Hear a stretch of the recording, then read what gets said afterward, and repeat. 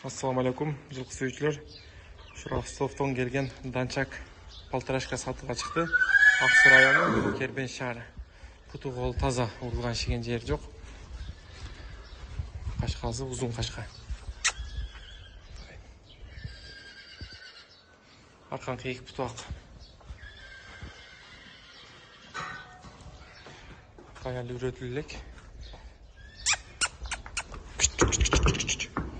Өтө курс нерсе.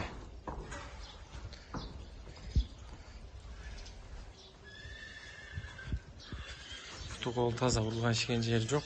Кашкасы узун кашка. Путтар кара туяк. Акан туяктар кичине өзүп калыптыр. Азыр аркасына көрсөтөйүн.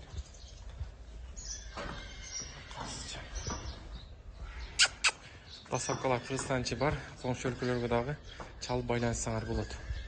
Акчасы $2,5 миң кеми бар. Толугураак маалыматты кезинен аласыңар.